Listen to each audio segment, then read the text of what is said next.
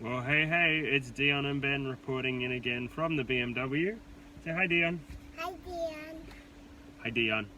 And I figured I'd introduce you to the BMW a little bit more. I've done a video about what it was like when I got it and what we've done with it so far.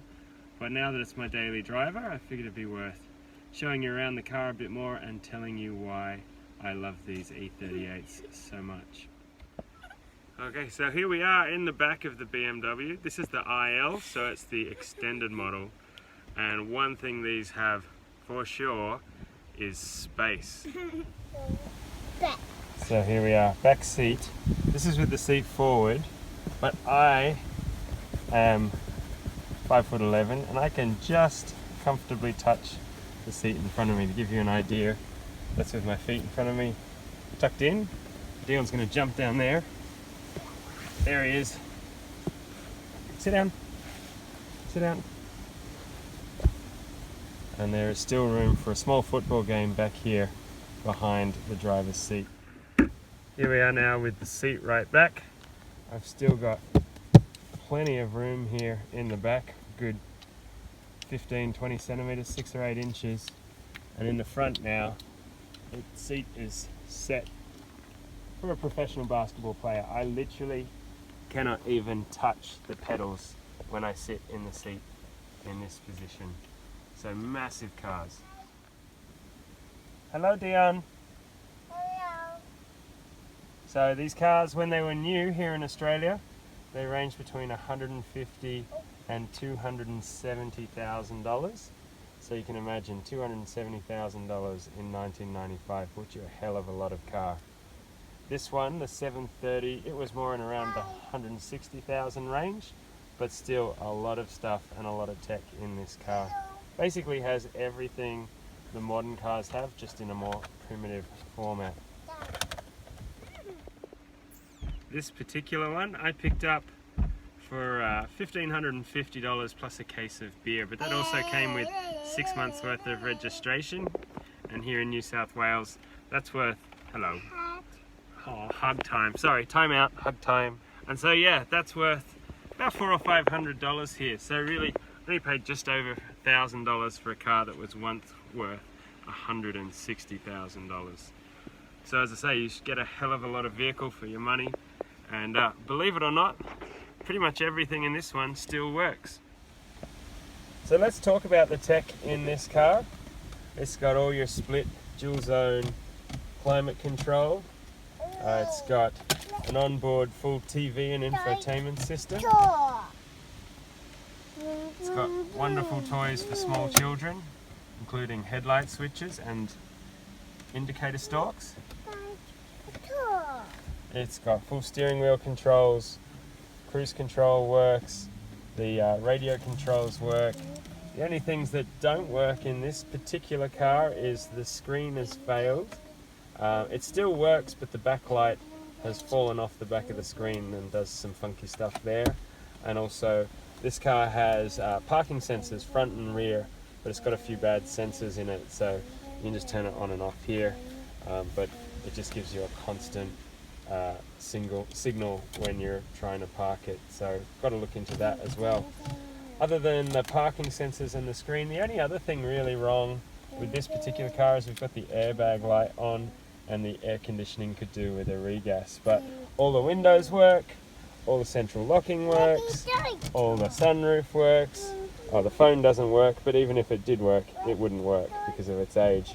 Some things this particular car doesn't have that I like in the E38s is the later models have an electric rear sunshade. So this one doesn't have that. This also doesn't have the heated seats, and it also doesn't have the sports mode. It does have a sports automatic mode, but in the later ones it comes with a sports manual mode with a sequential shift as well. So really, that's the only thing this doesn't have over the later models. This one even has adjustable headlights, fog lights, all those kinds of things.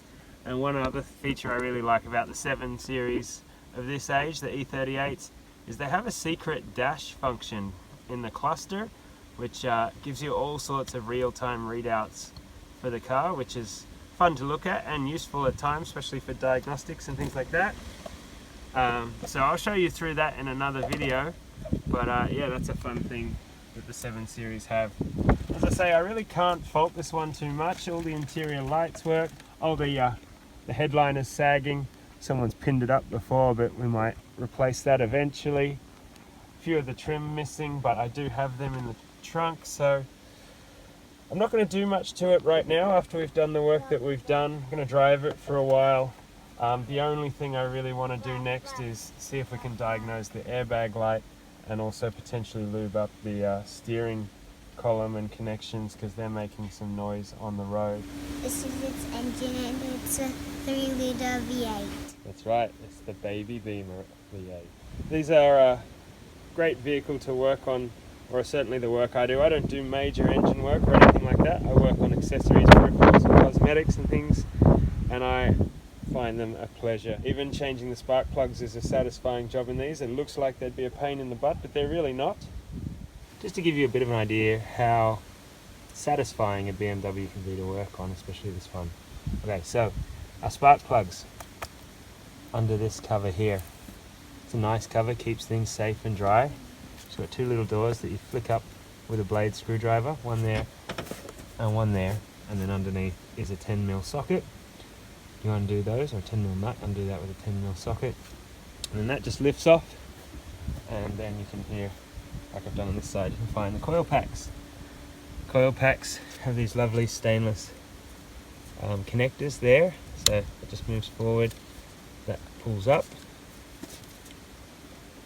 just like that. Very simple, being careful not to stress anything. There we go, and you can undo your nuts on your coil packs. Your coil packs come out, just like this one here, and then you get to this point. Right down in there is the spark plug. Now, often in a situation like this, you think, oh crap, what do I do now? Well, BMWs being BMWs, and me knowing that this car has a full toolkit in the back, I'm over to the boot or the trunk, hit with my toolkit, and here is my handy dandy spark plug tool.